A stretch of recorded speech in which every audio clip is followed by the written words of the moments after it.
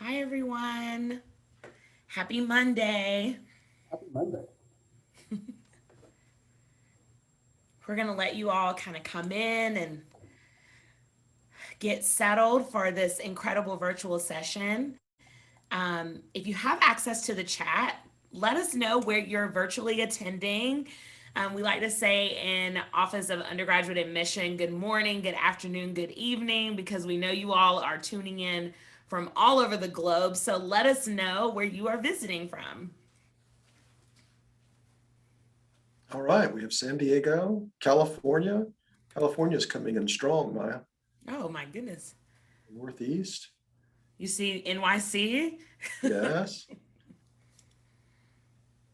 Atlanta, everywhere, Maya, everywhere. DMV, everywhere. Dallas, Texas.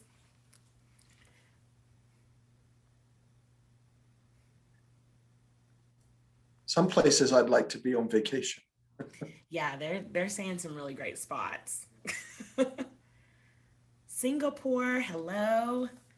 Thanks for being here. Well, all right, we'll continue to let you all share where you're from and file in, but we're going to go ahead and get started.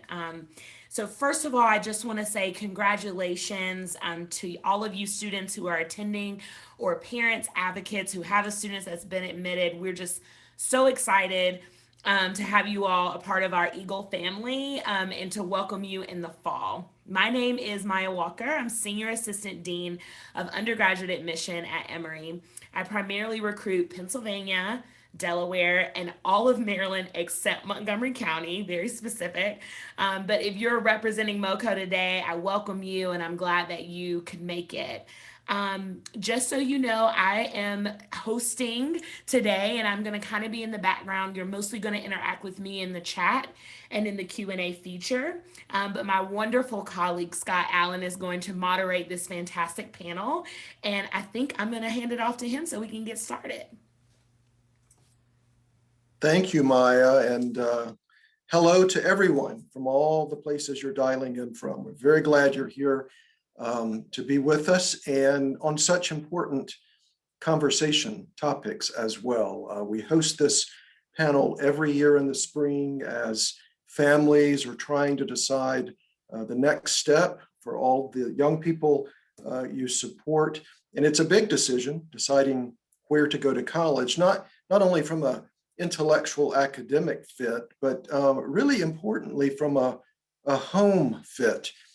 Where is the next place you and your students will feel comfortable calling home? And that's one of the reasons Maya and I always enjoy moderating, hosting this panel of wonderful colleagues from across campus, because they have proven time and again over the years that they know how to extend the Emory spirit and hospitality and care and support, concern for students' welfare, which truly all make community, and community makes home.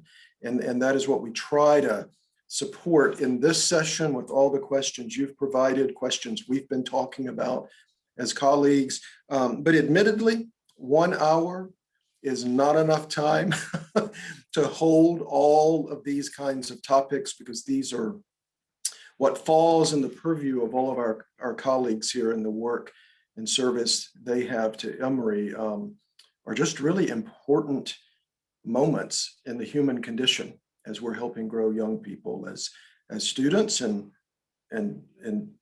better citizens of the country and the world. And so we'll do our best in an hour, but all of our colleagues and their offices are willing to help you along the way.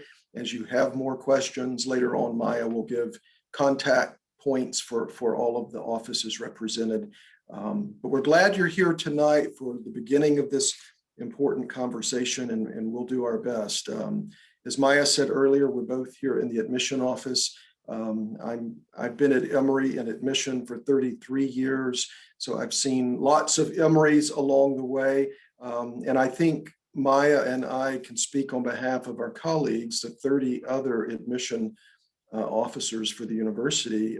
We take joy in this work, because it's a joyful time in life as young people move on to the next moment, maybe the first big moment in adulthood. And we celebrate that, and we want to celebrate all the good things to come as you pick a college and you head off to start that chapter in life. So again, thank you for being here. I cover East Asia for Emory and then the 5 boroughs of New York City. So I have completely opposite ends of the world there, but we all cover territories. And on behalf of our colleagues, we're just really, really glad you're here tonight. So what I want to do is turn to our wonderful colleagues here and ask them to introduce themselves briefly and tell us where you are at Emory and your work in service to the university. And then I'll start us off with a couple of questions. And the questions you provided in your registrations, I'm trying to collapse them into broad themes so we can cover as much as we can tonight. But for right now, if my colleagues would introduce themselves and tell us where you are at Emory, and I think I'll just call you by name to make it a little bit easier here. So up here in my top corner, Wanda. Thank you, Scott. Hi, everyone. I'm Wanda Collins. I'm a licensed psychologist and the director of our Counseling and Psychological Services office, and also an assistant vice president in campus life. Good to meet you. And Yolanda. Hello, everyone. I am Yolanda Buckner. I'm the University Title IX coordinator here at Emory, and I oversee the university's response to Title IX, ensuring that the university is in compliance with the federal regulations.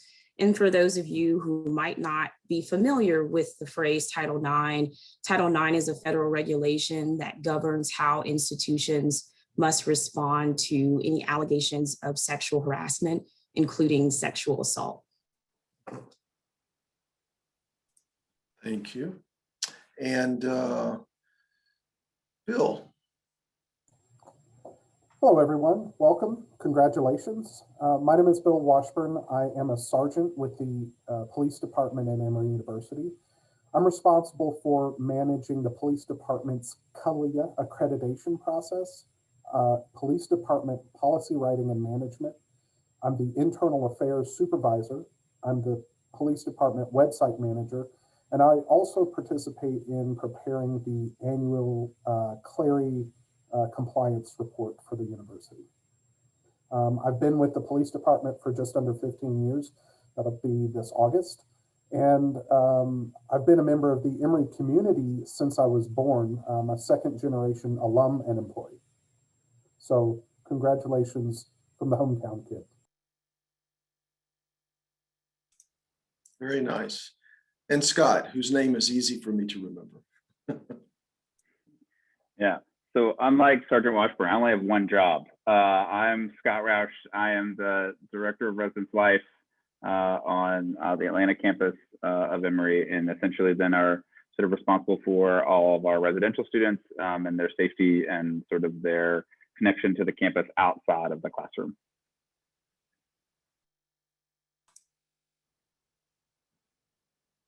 Fantastic. Is that everyone, Maya? Yeah, very good. Well, I want to start off with just a very large question in which we've collapsed lots of themes. Obviously, over the last year, particularly as a nation, as a world, our mental health welfare has been challenged from just about every angle we can imagine, as we've all lived it, witnessed it, watched it on countless news cycles.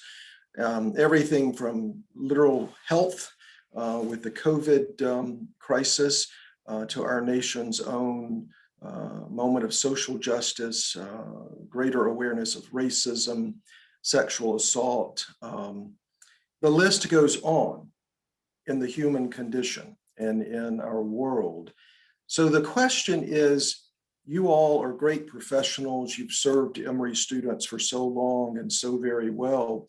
In your own parts of the university, we weave all of this together to support Emory as one, but in your corners of the university, well, what has changed in how you support students? What do you see ahead as Emory continues to adapt, and not only to the ongoing management of COVID, but all of the social angles on being young and in college and trying to figure out your place in the world and in the nation.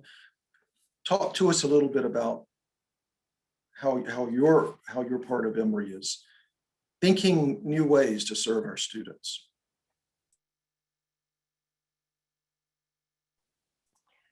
I can get us started. It's a huge question, so I don't know that I'll hit on everything. But so one thing that I think Emory did really well is last March is starting to convert to remote learning, and from a mental health, a medical health, starting to convert all of our services to telehealth services.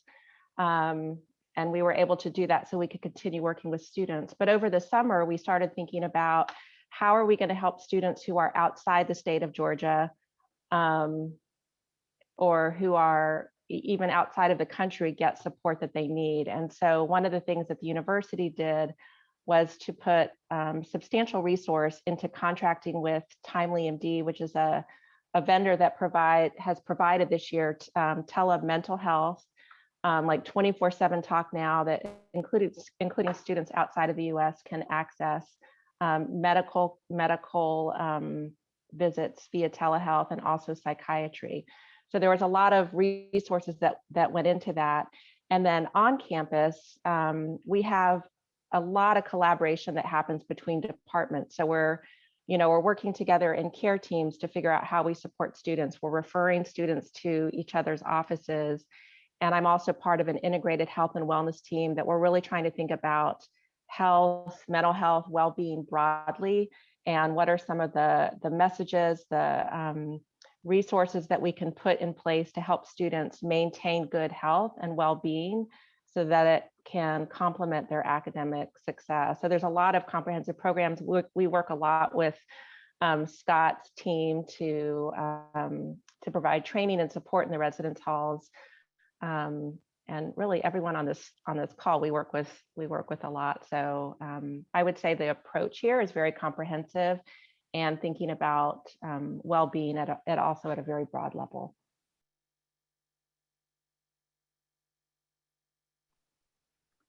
Yeah, I think, for us, the environment changed, but what we didn't change. So, we sent students home in the spring, but we kept a lot of students back, and we've had students ever since. And so what we have really been focusing on is how to do what we do safely in the world of COVID-19, and on a business that is really built with in-person work to connect students to each other, to connect students with the Emory community, to connect students with Atlanta. The challenge has been to sort of try to do that virtually as best we can, and also focus on sort of the new added pressures and stresses that might come with sort of continually being on a computer screen, or being, particularly for this semester and last semester, being on campus, but not all of campus being open the way that it's normally used to being open. And so trying to adjust our work in that way. I think what we've seen is a real switch to sort of doing things to really help students and their mental health, to really help students. And we never stopped doing in-person things. We just did them differently than we'd ever done them. And so what's been great about the spring semester is we've been able to sort of get more students involved in those things, and try to sort of return campus to some semblance of normalcy sort of pre-March 2020. And within the Department of Title IX, our overarching mission has been to maintain a safe learning and working environment for all of our community members here at Emory. And most of the work that we engaged in prior to the world pandemic happened in person. We met with students in our office for interviews or to obtain support measures throughout the institution as they move through a Title IX related process. And so after the world pandemic, we had to work with our partners to adjust our operations to respond to our students, faculty, and staff remotely. And I think that with the strength of our partnerships around campus, we were able to do that successfully. For instance, our hearings, which have 3 board panel members, witnesses, both parties, mainly 10 to 15 people in one space. Usually it occurs in person. And so we had to logistically convert that part of our process remotely. And like I said, with the strength of our partnerships here at Emory, we were able to do so very successfully, and also, adhere to our overarching goal, which is to maintain the safety and well-being of all of our community members here at Emory. As you might imagine, our services are usually in person as well. This year has been a very odd year for the police department for several reasons. But what doesn't change is that the Emory Police Department, most of our sworn staff are crisis intervention team and or mental health trained to be good first responders to a mental health crisis or some sort of other crisis. And then we work very closely with Dr. Collins' team, Scott Roush's team, Yolanda Buckner's team. We are the initial point of contact, and our main goal is to get the person in crisis the help that they need and get them to the right team, whether it's one of these other 3 teams or to a hospital. So a person in crisis, we're here to help them and make the best referral that we can.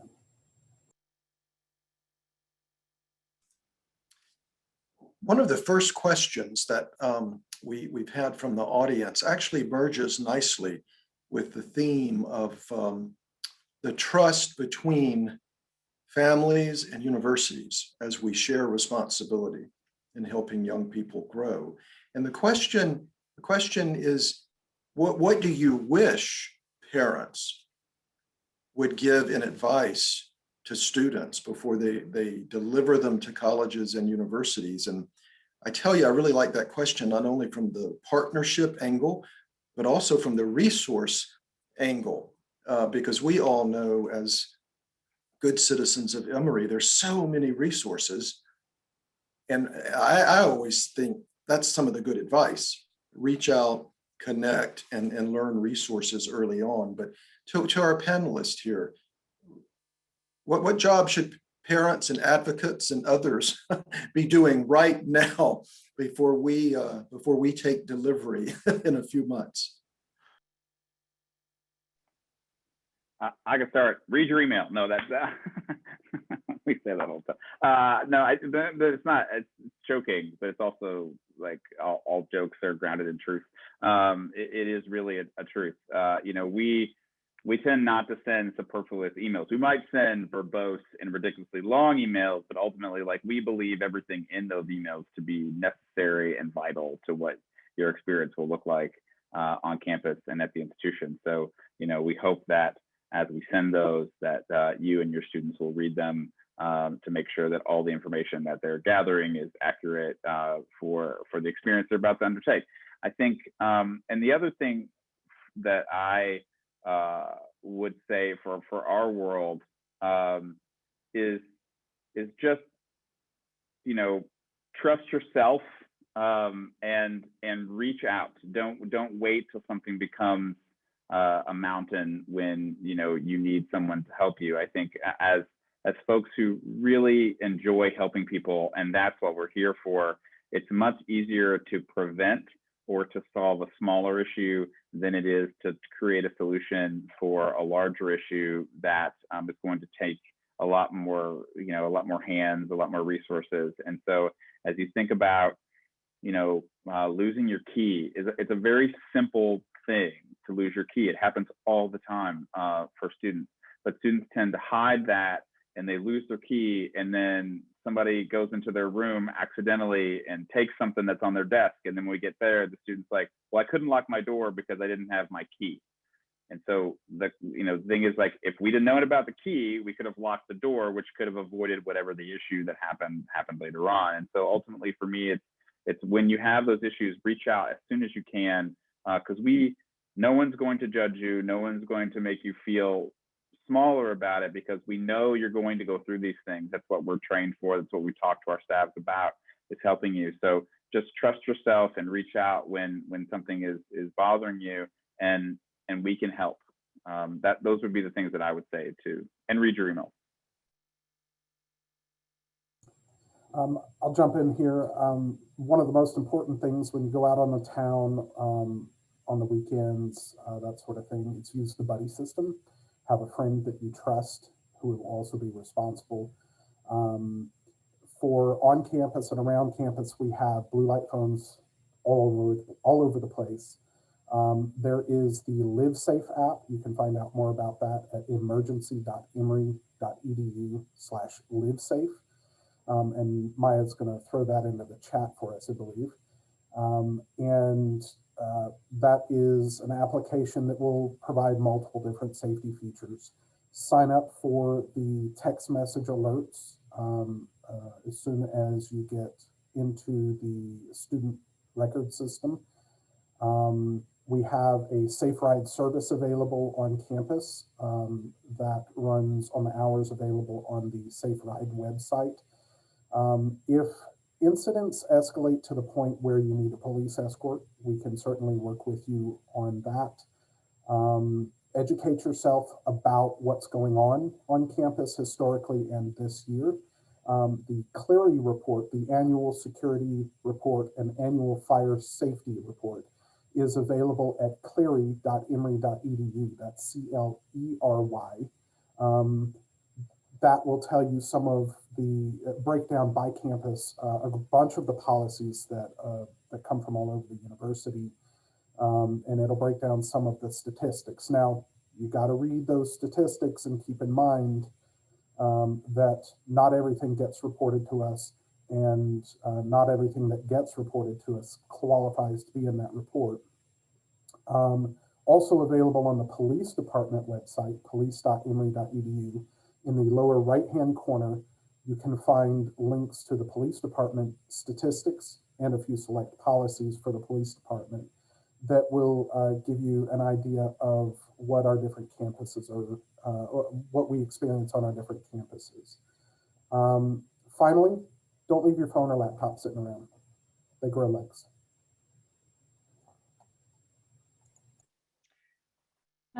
So I can go next. I could say a lot, but I'll try and keep it short. So a couple things. None of the students coming to Emory are going to struggle academically because they're not smart enough to be here. You all are absolutely smart enough to be here.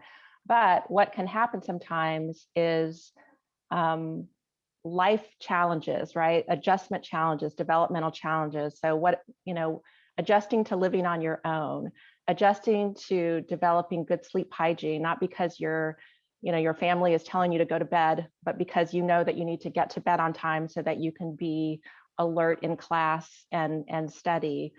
Developmentally, people come in, they make friends, their first year. Some people keep those friends all 4 years. A lot of people have like a whole new friend set by their second year. And it doesn't mean that there's something wrong. So there are a lot of those developmental challenges, those adjustment challenges that are normal. And that if you can think about it and really start to plan for how you take care of yourself, you're going to set yourself up for success. And then the other thing I would say to parents and family members is really that it's important to keep the lines of communication with your child open, and to have communication in advance about how you want to have conversation when your child starts to struggle. So for it, just thinking about mental illness or mental health struggles, the age of onset is typically between 18 and 25. So your kid may have been fine up until now, and then they get to college and they start to develop symptoms of an anxiety disorder or a depression or some type of struggle that they've never had before. And then they're trying to figure out, is this because it's environmental? Is there like a family history here? And in those situations, it can be really helpful if your child knows that they can come and talk to you and you're going to be supportive of them. So that those kind of things are really important. And then if you have kids who have been on medication or in treatment, starting college is not the time for like a fresh restart. Stopping medication, stopping therapy. This is the time to really think about how do you transition care, and especially if you're going to need long-term care, to Atlanta, so that you have providers here. We have great providers in the area. We have time-limited services at CAPS and with our third-party vendor, and we serve lots of students. We have lots of different services. But if your student is someone who's going to need long-term, ongoing therapy or for support, then it's helpful to try and arrange that sort of in advance. And then the last thing I'll say is our student health services has our psychiatry department embedded there, and they work with students, and they'll see them all 4 years that they're here. And I would just add that I echo the sentiment of the other panelists, but I would add to explain to your students not to suffer in silence. Going back to a point that Scott made earlier, it's very important to learn the available resources up front. But then I understand that students have so much information coming at them, definitely all at once, starting school. So it can be overwhelming. So in that moment, feel free to reach out to the Emory staff, faculty members who have a vested interest in seeing all students here at Emory succeed. And I'm sure that we'll be happy to help within the confines of our offices, or direct you to the right office or department who can solve your issue or your problem. So I would just add, don't suffer in silence.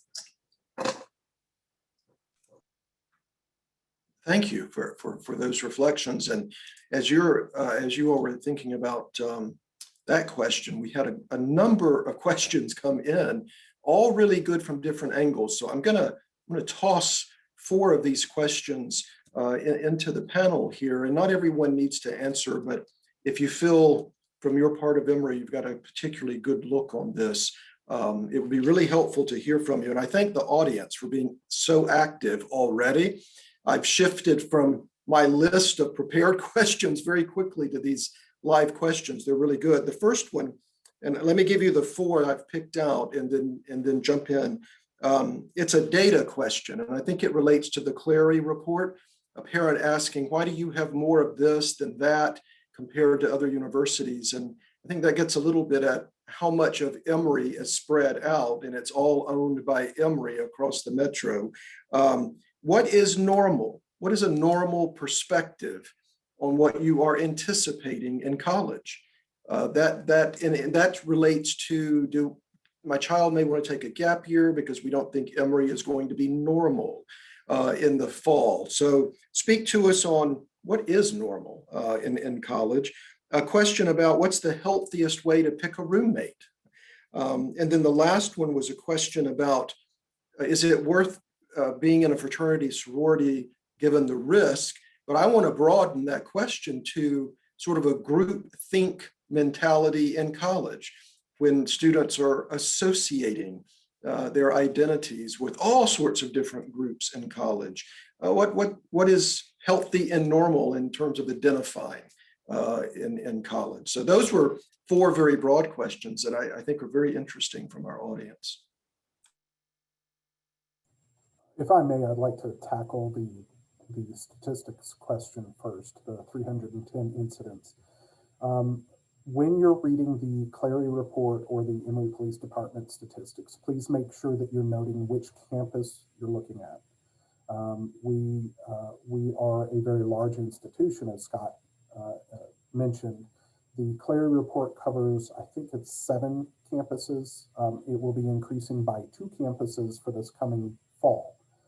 The Emory Police Department statistics cover, I believe we're covering just the 3 campuses where we provide primary police services.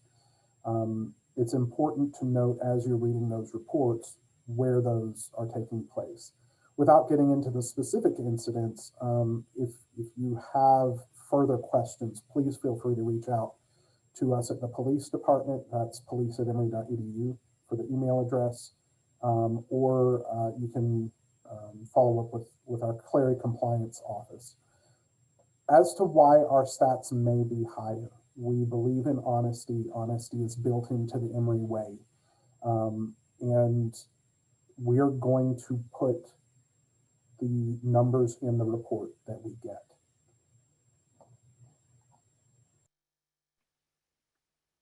I'll take a first shot at the other three because they seemed aimed at me. So the first one, you know, I think the statistics from the question talked about 70% classes in person, and what would a normal year look like.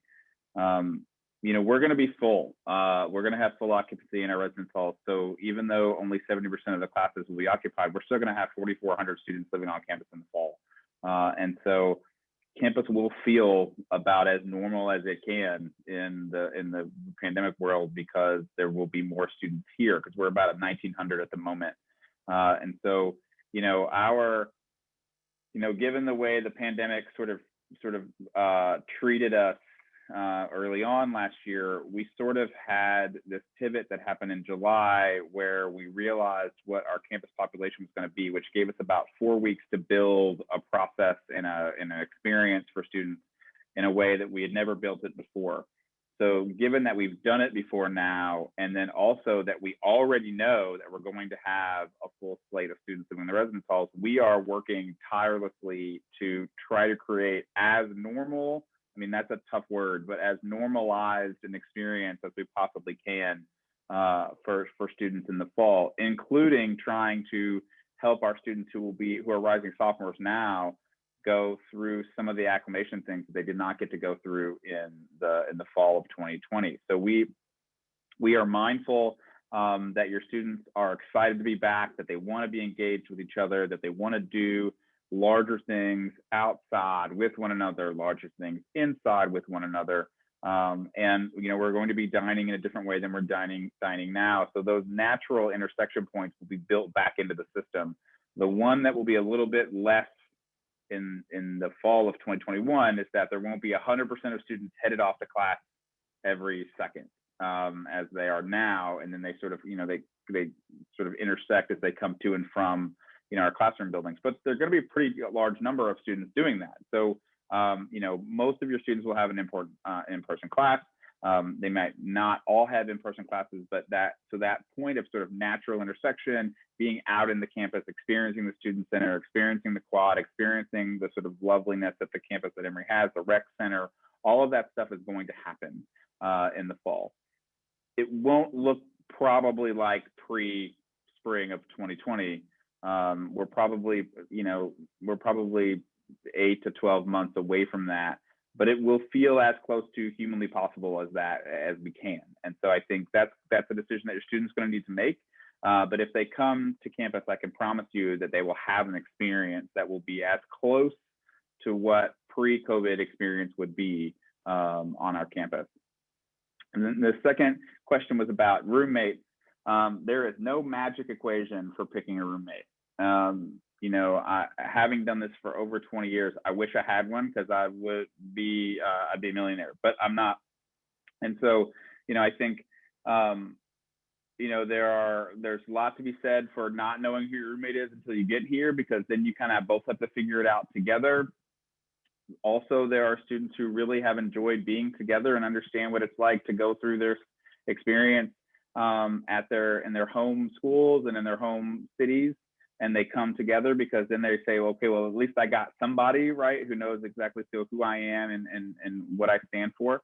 And then there's a myriad of things in between. What I would do if I were your student and you, is to sit down and have a realistic talk about what their expectations are for a roommate. And I had really quick, so I had my daughter when she was 2, she played soccer, and we went to this meeting with parents, and the person who was leading the meeting said, whatever your expectations for your kid as a soccer player are, lower them, because they're not going to be Pele at 2. And I think the same sort of concept goes here. Whatever your expectations for your roommates are, maybe lower them. Like maybe they might stand for you at a wedding, or they might be somebody who you live with for 8 months and never talk to again, right? So like being realistic when you enter that experience is going to make that It's going to make it more meaningful, because if you go in thinking it's going to be your true blue friend for life, you're putting all your eggs in sort of a particular basket that may not necessarily be successful. So I think being realistic about what your expectations are, knowing who you are, and knowing that being best friends with somebody doesn't mean that they're going to be a great roommate. Just put that out there for those who might match before you come. And then the last one was about fraternities and sororities. And I think, there are, as Scott said, like, I think anytime you sort of are deciding to be involved in a group, whether that's a sports team, whether that's a club and organization, or whether that's a fraternity and sorority, you're taking a risk as it relates to how, the values and the character that is involved with that organization, and whether it matches your own. And then there are, particularly, but it's not, and I don't mean to say this to make the sorority and fraternity thing less important, or to downplay the hazing angle. But I want to say that fraternities and sororities do not have the market corner on hazing. There's hazing that can happen across all student organizations, and does happen all across student organizations. I think what's important to know is that when you're making those decisions about joining a fraternity and sorority, joining an organization, is to say, do the values align with mine? Is this a place where I can see myself? And do I trust these people to make good decisions? And if the answer is yes, then I think, then you should join. If the answer is no, or I'm not sure, then I think you need to sort of take a step back and sort of find your people, right? Because that may not, you don't want to force a square peg into a round hole. And you don't want to go sort of feet first into it without sort of thinking about all of the sort of the pieces. What I can say is, in terms of fraternity and sororities, because that's also part of my role here at Emory, is that there are a ton of positives that come out of those organizations. They are all sort of engaged in community work and in philanthropy. Most of the values that are connected to those organizations are about community building, supporting one another, and being a strong member of society. And they are superly socially engaged. So those folks are always doing stuff with each other and within the community year round in that space. And so they're very good in terms of the positives. But those things don't sell newspapers sometimes. And so a lot of times what you'll hear is a lot of the negatives. And those exist. But I will tell you, as the director of that department, we work every day to make sure that issues of diversity, equity, and inclusion, issues of hazing, issues of sexual assault, issues of alcohol and drug abuse are being addressed. We are educating our community on them. We are making sure that we are taking positive steps forward, and we're holding folks accountable when they don't make good decisions.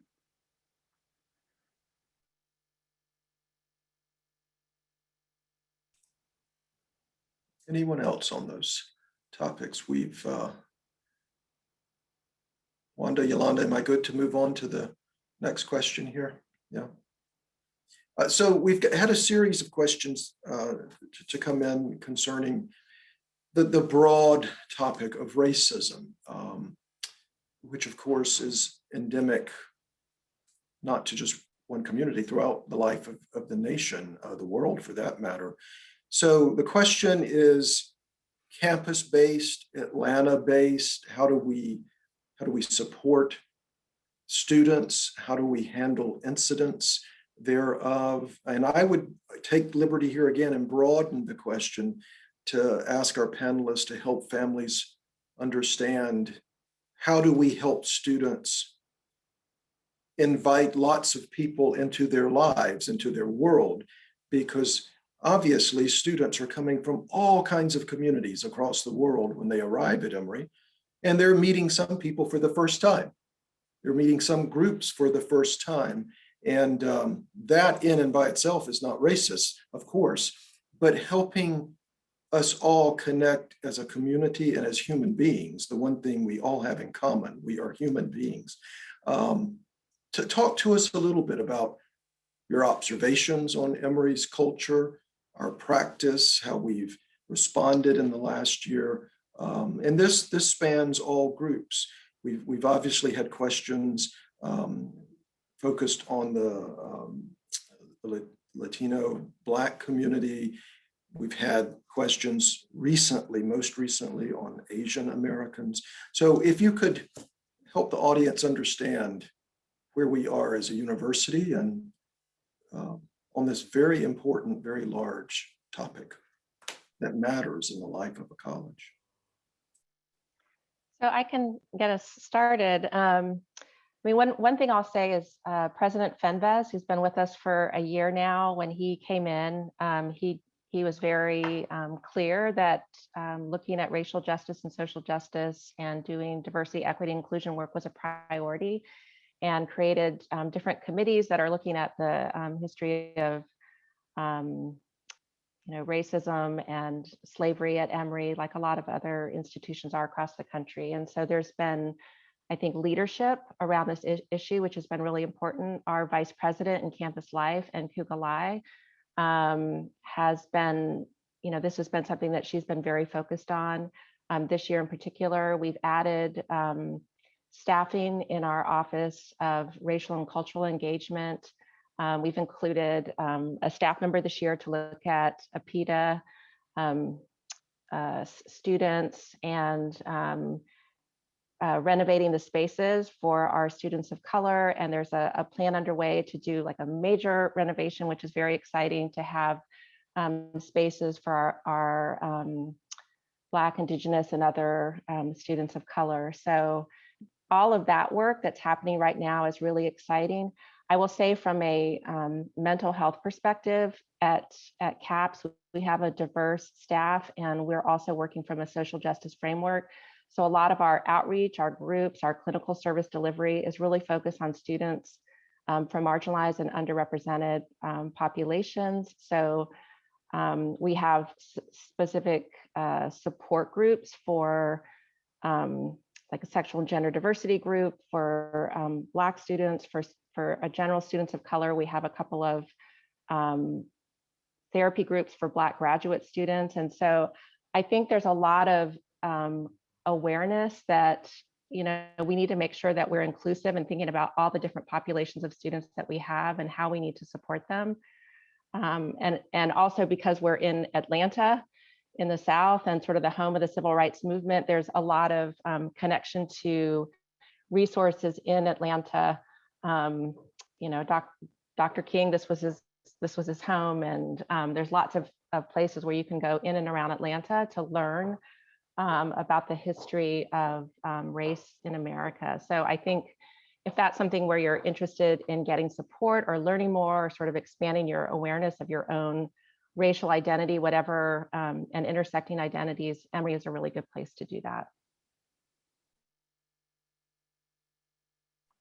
Yeah, I only have a very small amount to add to that. I think that was an amazing answer. Is that residentially, one of our pieces is to try and educate students, to try and allow students to be exposed to things that wouldn't necessarily be in their communities or are a sense of pride in their communities. And so that's one of the things that I'm really excited to kind of get back up and running in the fall, is creating these spaces to take students to wherever the locations. We do so many. There's an international market place where we take students where they can find foods and things that feel familiar to their culture. There are places that we connect students with Atlanta where they can feel supported and feel sort of seen and heard. And then we do a lot of sort of this cross-cultural programming that's in collaboration with a lot of the offices that Wanda mentioned, where we get students together to talk about important issues that are happening, like what happened this past summer or what's happening now as it relates to sort of our Asian and Asian American folks around the pandemic, to talk both about what we can do as an Emory community to be better, and also to create spaces for support for the students who might be feeling a trauma or just uncomfortable with where the environment is. We're not perfect, and there will be issues where students are learning, but as a place of a learning laboratory, we use that as a launching point to be better every time. And so those resources and those programs are available for our students on campus.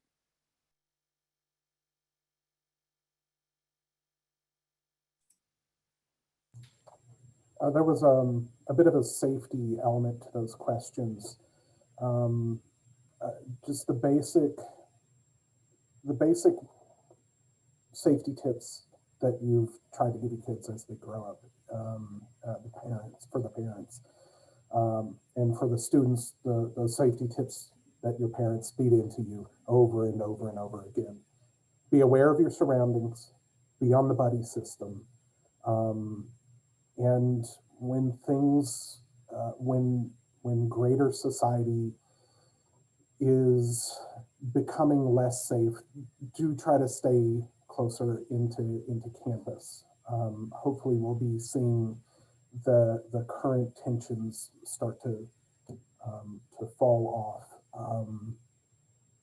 But the greater safety element is, just the biggest thing is to be aware of your surroundings. You're never going to be able to prevent everything. It's just a matter of statistical behavior. But there, you can do some things to maybe reduce the risk. There was a question about support for Asian American students on campus. I want to kind of brag on our student groups. There are 500 plus student groups registered on one of our systems. And just a quick scan while others were answering, I quickly lost count of the number of East Asian and West Asian student groups.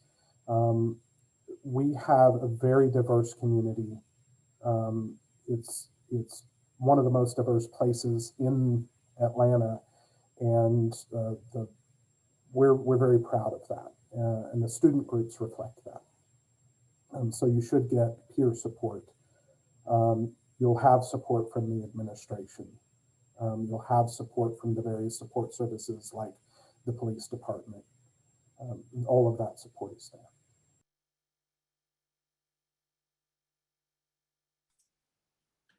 If I could link to that response, Bill, a larger topic that's always in the Q&A during these panels, and that's the very large topic of sexual assault. And if we could, as a panel, talk a little bit about everything from incidents to reporting to the counseling care that students need in that moment. If we could just sort of talk about, because this is a large topic on college campuses, if we could sort of talk about the Emory way of responding and supporting students in that situation. Absolutely, Scott. Happy to talk about that. Here at Emory, it's important to note that sex and gender-based discrimination and harassment, including sexual assault, is strictly prohibited, and we will take prompt action when we receive any reports of sex and gender-based harassment and discrimination. And so in terms of how we respond to matters of this sort at Emory, we have a vast structure in terms of channeling reports to the Department of Title IX. Here at Emory, generally speaking, all faculty and staff are considered mandatory or responsible employees. And what that means is that if a faculty or staff member receives a report of sexual harassment or sexual assault, then that faculty or staff member is mandated or obligated to channel that report to the Department of Title IX so that we can respond very promptly to address that matter and to ensure the safety and well-being of all of our community members. There is an exception. We have a carve out of confidential resources for those students who wish to report matters without automatically channeling a report to the Department of Title IX. And these departments include your counseling service, the Office of Spiritual Life, the Ombuds Office, and also health services on our Oxford campus. And so that is the reporting structure of how these reports are channeled to the Department of Title IX so that we can address them. After we receive a report, the first thing we do on our end is to provide supportive measures to the impacted party. And supportive measures can include making any necessary class adjustments, modifying classes, or modifying, residential room assignments, or, if you need an extension on an assignment because these issues are so very serious and really impact or could potentially impact your educational experience. And we want to provide those supportive measures up front to ensure that you don't have as much impact or to minimize that impact. And so after we offer supportive measures, the impacted party then has an opportunity to meet with our office, engage in an interview session about that report, and we begin our process to addressing it. And so the impacted party can choose whether they would like to pursue an informal process, which is a mediation between the perpetrator and the impacted party, and we craft a solution or agreement between those parties to address the matter. Or we can consider to engage, or the impacted party can consider to engage in a formal process, which involves interviewing witnesses, interviewing the parties with an investigator. We conduct a hearing in front of a hearing board chair, who then determines whether or not there's responsibility. And if there is responsibility, we engage in a sanctioning process of the alleged perpetrator, which may include up to expulsion from the university. So we take these matters very seriously. And so that's the adjudication process from 30,000 foot in the air that we engage in here at Emory to ensure the safety and well-being of all of our community members when it comes to our department receiving allegations of sexual assault and sexual harassment. Yeah, the other thing I'll just add to what Yolanda said. So the Office of Respect also reports to me, and the Office of Respect has a 24/7 hotline that students can call if they've been involved in a sexual assault or intimate partner violence. And there's a lead advocate that can accompany them if there's a need to accompany to, let's say, talk with the police or go for medical care, that kind of thing. And the Office of Respect also does prevention and education. They advise the student group, SAPA, which is our sexual assault peer advocates, yeah. And so there's also a lot of sort of prevention work that's done on the front end. We're trying to keep students from having to use Yolanda's office, but if there's a need to use, they have systems set up to really support students. So.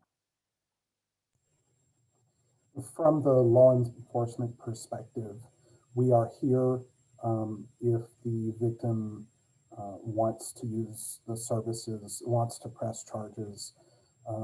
We will do our absolute best to assist them in that process. Not, of course, let's be realistic, not every case has all the evidence that we need to be able to prosecute the crime, but we will certainly do our best. And our main concern is for the victim. And we will refer the victim to all of these support services that everybody else has just talked about. We will refer victims to locally available government provided services, to the Day League, which is formerly known as the Rape Crisis Center. And anyone who's any victim who might be concerned about privacy, the conversation from the police department to these other organizations is very much one way. We share with them stripped down information, as respecting the victim's privacy, but we do have to notify Title IX. We do have to notify Cleary that an incident has taken place. We very often get completely anonymous reports into the police department that an incident has taken place with zero identifying information, and that's merely for statistical purposes. The victim is the most important person in the process. Of course, we want to prevent it from happening at all. Unfortunately, the reality is that they do. So we are there we are all of us here to help the victim in those cases.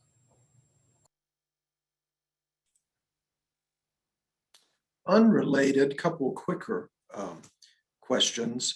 and I don't know that Maya and I know answers to this.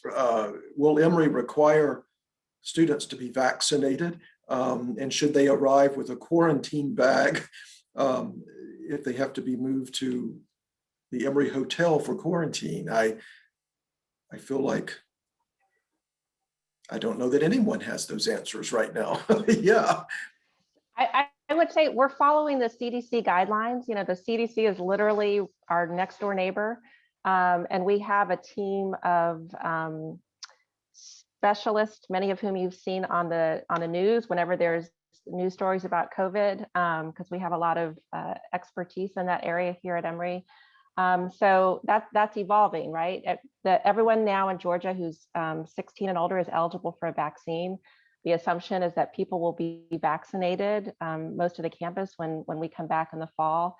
But the guidance is evolving. And so I think we'll have a better sense of that as we get closer to the fall. Thank you. So our panelists, first of all, we so appreciate your time this evening. It's evening here in Atlanta. Before Maya and I begin wrapping up this panel, thank you. But is there any quick advice you have for these families, advocates, students that they didn't touch on in their questions that you really think they should know right now as they make the final decision on a college?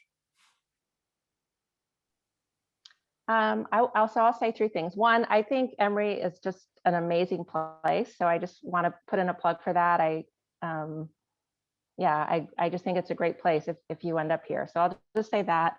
The thing that I will say to the students is that my wish for you is that you come in with a space of curiosity about how you're going to learn and evolve and get to know yourself in a different way over the next 4 years, because you will be a different person when you leave here, and you will learn so much about yourself and about the world.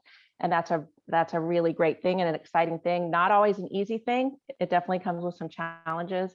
And then my advice for the parents, if you decide to come to Emory later on in the summer, we have these Friday family webinars, and one of them has to do with the transition of care, medical care, psychological care, and some tips about that. There's great family webinars all summer long. So I hope you'll join us. But if you have questions, anything related to psychological support or mental health, please feel free to call CAPS and ask to speak to an on-call counselor, and they would be happy to talk with you about your specific situation and answer your questions.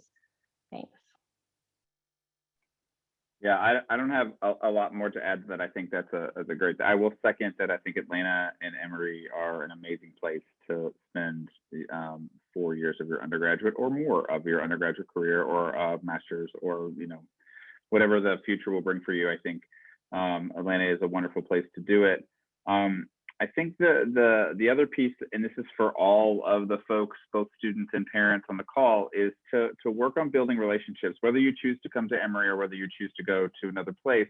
I think trying to build relationships, both with your student, building relationships with other students, but also building relationships with faculty, staff, and other folks, and for parents to do the same. I think that it's a lot easier for me as someone who responds to issues of safety or concern to have a relationship with a parent before it goes badly, so that we sort of have more information to work on. Because if I know kind of the ins and outs of your relationship with your student and the ins and outs that your student has had at Emory, it's a lot easier to create a plan to solve that issue. So the more time you spend with us and talk to us, the better we can help serve your students. It really is a partnership. Absolutely. I just want to add that I think Maya is including our contact information in the chat. If you have any questions or concerns related to Title IX after this forum, please feel free to reach out to our office. We're happy to assist in any way that we can.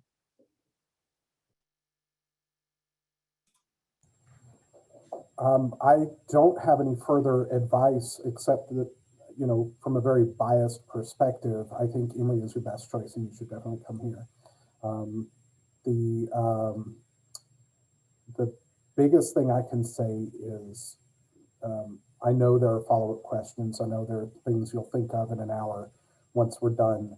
If you have questions for the police department or any safety-related matter, please feel free to email us at police@emory.edu.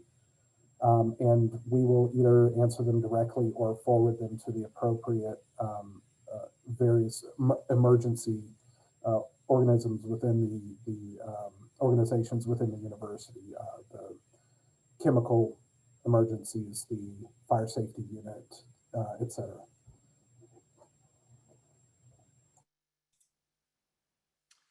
Well, again, we thank everyone who joined tonight. We thank our colleagues from across campus. It's always a great conversation, and an hour can never hold such large, important life topics that we touched on tonight. We wish all of our admitted students, their families, their advocates, great luck as you're choosing a college over the next 2 or 3 weeks. Maya and I on the admission committee and our colleagues talk a lot about potential as we're reading and making assessments. And your potential is what is most celebrated as you choose a college. As our panelists noted, you're going to grow, you're going to change, you're going to be a better version of yourself along the way, greater self-awareness. And that's potential being celebrated. And we hope as you research Emory, you'll find that the potential for home and for care is pretty great at this place. It is special, as Scott and others said. So Maya, I think that brings us to a close, right? It does. And you will notice in the chat that I have shared our wonderful panelists, their contact information for their offices or for them directly. I also want to let you know that our office is doing a lot of virtual programming for you this spring for specifically our admitted students.